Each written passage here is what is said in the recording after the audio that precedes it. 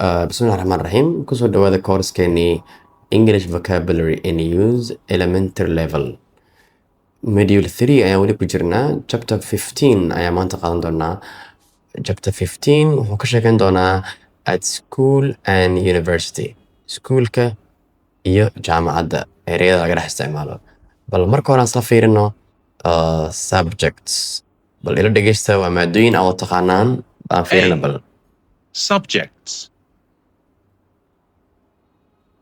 English, English, maths, maths, art, art, history, history, geography, geography, biology, biology, ICT, ICT, information communication technology, information communication technology, PE, PE, physical education, physical education, chemistry, chemistry, modern languages, modern language, physics, physics, music. music. bal isla fiirino uma baahno wax micno aad u fara badan maadooyinka intooda badan naqaanaa English, maths waxaa laga soo gaabiyaa mathematics aa laga soo gaabiyaa bal laakiin qof mathematics dhehe badanaa ma jirtaba erey badan oo noocaas oo kale jiro oo aad la iskaga soo gaabaya markasto laboratory oo kale waxaa maqlaysaa markasta lab iyadoo lahaay examination markaas waxaa maqlaysaa iyadoo lahaay exam kuwaasay la mid tahay iyadane mathematics aadana u dheer tahay marka iska soo gaabi maths art drawingka iyo sawirada history oo aragtaan waxaa laga sheekeynayaa first world war iyo waxyaabahaas oo kale geography arrimaha deegaanka dhulka iyo badaha iyo waxyaabahaas oo kale biology oo taqaanaan ICT ama information communication technology waa cilmiga IT-da ama computerka waxaas oo kale PE ama physical education waa maado dhan oo laga qaato iskuulada ama jaamacadaha kaasoo loogu talagalay in ardayda loogu dhiso jirkooda jir dhis alamiito waxyaabahaas oo kale PE ayaa lahaa iskuulada oo horumarsan badanaa waa laga dhigaa maadadaas PE laakiin traditional iskuuladii hore ama iskuulada hadda jiro oo aan la socon waaqica waxaa laga yaabaa inaysan weli qaadan maadadaas loo yaqaano PE chemistry oo taqaanaan modern language luqadaha oo casriga ah hadda waxaa arkaysaan ola ay arkaysaan luqad oo Spanish camal waaye French ay meesha ka dhex muuqato bonjour good morning camal inta laga yaabaa adiga luqada waaye physics arkaysaa iyo music xiisa dhan aan jirto meelaha qaar laga qaato oo lagu qaato music marka kuwaas waa qayb ka mid ah subjects intaan in ka badana jirto takhasus kasta marka la aado waxaa jiri doono maadooyin oo gaar u ah markaas section B aan fiirina markaan useful things waxaan ku bilaabi doonaa ereyadan bal hamaraan sal dhegeysano si boobsiisa markaa B. Useful things. Board, board, notice board, notice board, piece of paper, piece of paper, pencil, pencil, textbook, textbook, notebook, notebook, rubber, rubber, board rubber, board rubber, drawing pen, drawing pen, board pen, board pen, OHP, OHP, overhead projector, overhead projector, pen, pen, pencil sharpener, pencil sharpener, desk, desk, whiteboard, whiteboard, computer, computer, DVD player, DVD player, ruler.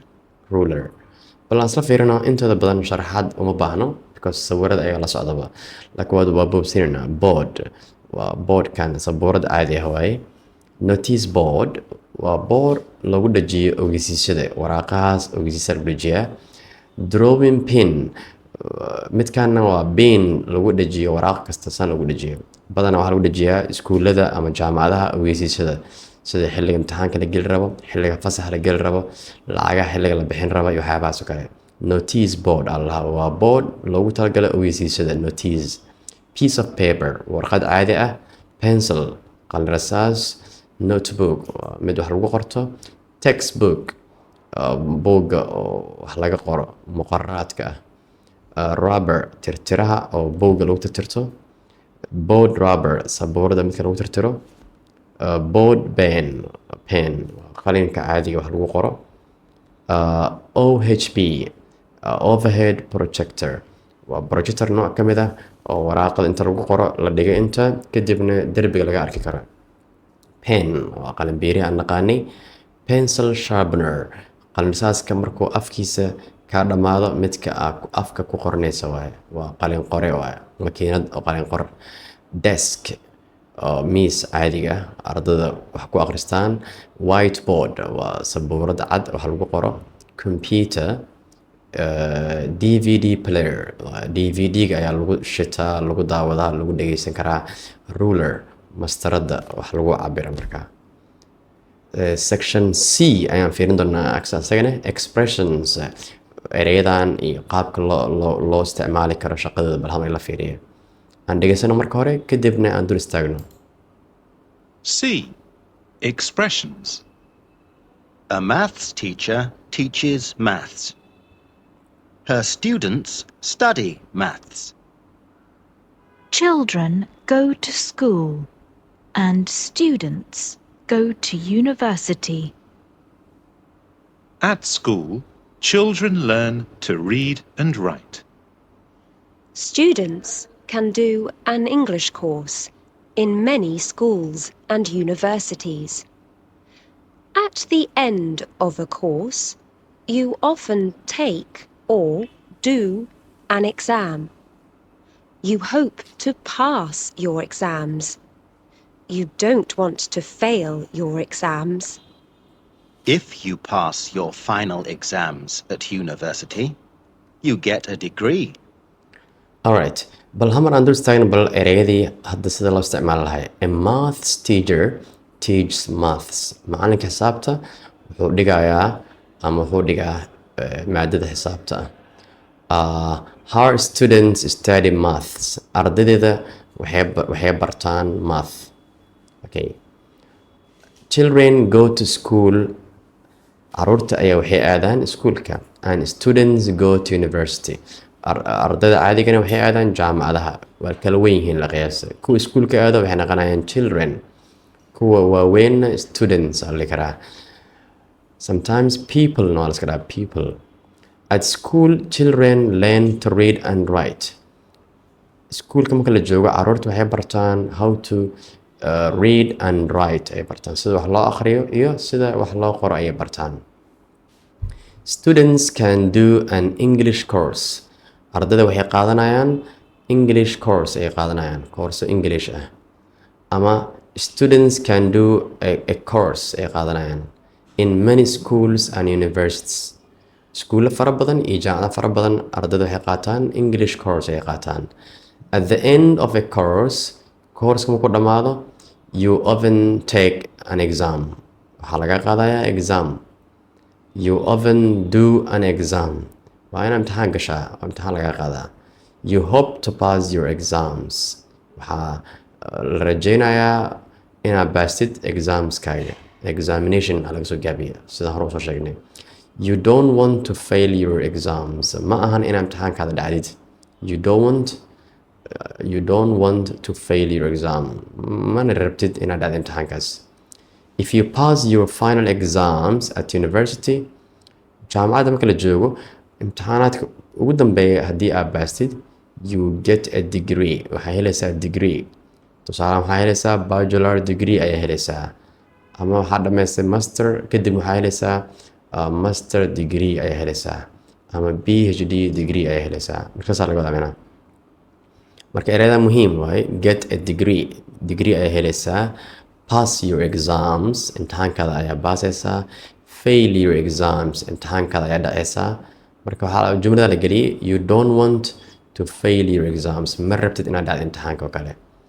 Take an exam imtixaan ayaa laga qaadayaa ama do an exam labadaba waa la siin karaa.